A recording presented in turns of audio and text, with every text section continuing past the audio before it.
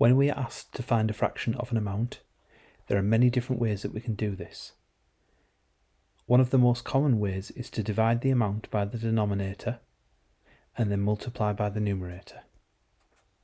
For example, if we are asked to find 2/5 of 45, we can start by dividing 45 by 5, which gives us 9, and we can then multiply 9 by 2 to get 18, which is 2/5 of 45.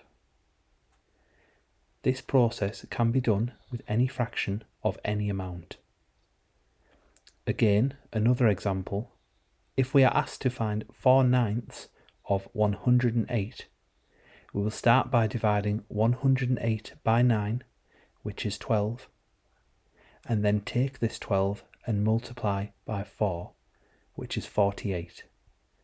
So 4/9 of 108 is 48. The process is simple. We can divide the amount by the bottom number of a fraction and take the result of that calculation and multiply it by the top part of the fraction. We can also reverse this if it is easier for us. We can take the amount and multiply by the top part of the fraction and then divide by the bottom part of the fraction, and we will achieve the same answer. I hope this has helped and you know a little bit more about finding the fraction of an amount. Thank you for watching, and please don't forget to like and subscribe to the channel.